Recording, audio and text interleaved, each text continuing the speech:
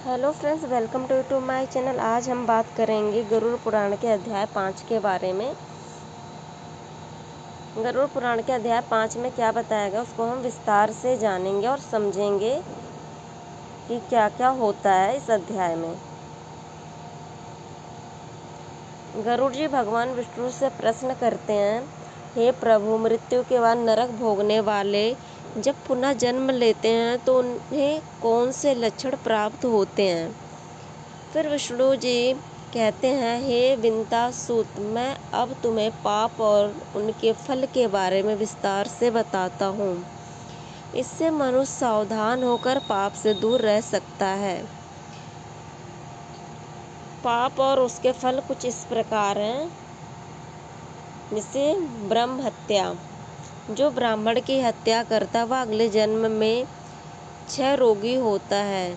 क्षय रोगी मतलब टीबी प्राचीन काल में असाध्य माना जाता था। यह पाप, ज्ञान और धर्म की जड़ों पर प्रहार है, इसलिए इसका फल कठोर है। आधुनिक उदाहरण है, आज हम ब्रह्म हत्या का अर्थ केवल ब्राह्मण की हत्या नहीं बल्कि ज्ञानवान या गुरु सम्मान व्यक्ति को नुकसान पहुंचाना भी है।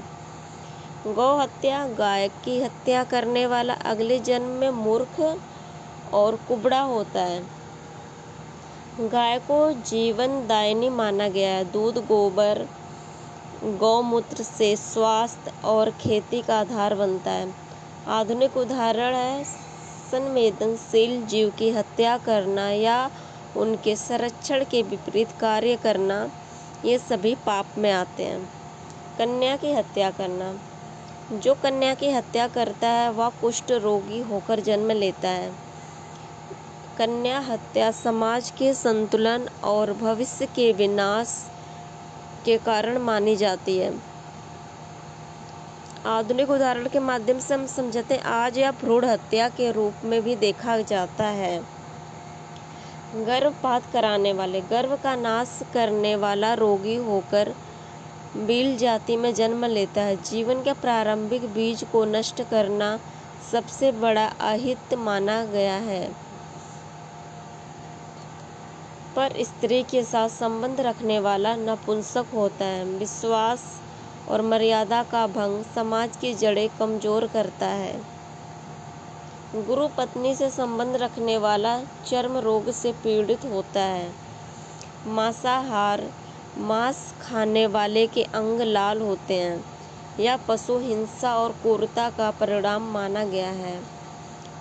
मदिरापान, मदिरापान करने वाले के दांत काले होते हैं। नशा केवल शरीर ही नहीं विवेक को भी नष्ट करता है। झूठ बोलना, जो लोग झूठ बोलते हैं उनकी दृष्टि दोष युक्त हो जाती है। चोरी करना, चोरी करने वाला कुरूप में जन्म लेता है। जो झूठी गवाही देते हैं, झूठी गवाही देने वाला गूंगा जन्म लेता है। तो इस गरुड़ पुराण के अध्याय 5 से हमें सीख मिलती है। गरुड़ पुराण सिर्फ डराने के लिए नहीं है बल्कि सावधान करने के लिए है। कर्म फल का नियम, धर्म और न्याय का पालन करो, पाप से बचो। अगर गलती हो जाए तो प्रायश्चित और सुधार के लिए रास्ता है। जीवन एक खेल है और कर्म उनके बीज हैं। जो बीज आज बोओगे कल वही फल बनकर लौटेगा। गरुड़ पुराण का यह अध्याय हमें चेतावनी देता है, समय रहते अपने मार्ग को सुधारो। गरुड़ पुराण के अध्याय 5 के बारे में हमने जान लिया। अब इस अध्याय को समाप्त कर रही हूँ। अगर आपको यह वीडियो पसंद आई है तो इसको आगे शेयर करिए, लाइक करिए, सब्सक्राइब करिए।